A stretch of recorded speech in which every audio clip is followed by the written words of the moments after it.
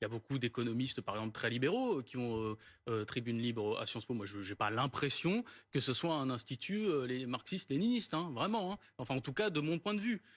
S'il y a des choses à discuter sur Sciences Po, sur la manière dont on recrute, par exemple, si on fait venir des gens des classes populaires, des campagnes, des quartiers un peu plus, etc., ça c'est un sujet. Il y a un Je effort sur pense les que boursiers qui avait été fait déjà. voilà, donc il y a des discussions à avoir là-dessus. Mais vous voyez, c'est pas du tout un problème lié à une espèce de ligne éditoriale, si vous voulez, de l'école, parce qu'il y a Monsieur Babot qui est passé. Donc c'est bien la preuve Enfin, qu'on c'était il y peut a même 15 ans. accueillir des théories un peu farfelues parfois. C'était il C'est y a 15 ans. théorie. Ce que j'aime bien, c'est que on a un professeur d'université qui est mal à l'aise face à un David Guiraud, qui n'est pas professeur d'université, qui est personnage politique, mais qui est suffisamment fin et travaillé dans son argumentaire pour mettre mal à l'aise un professeur d'université.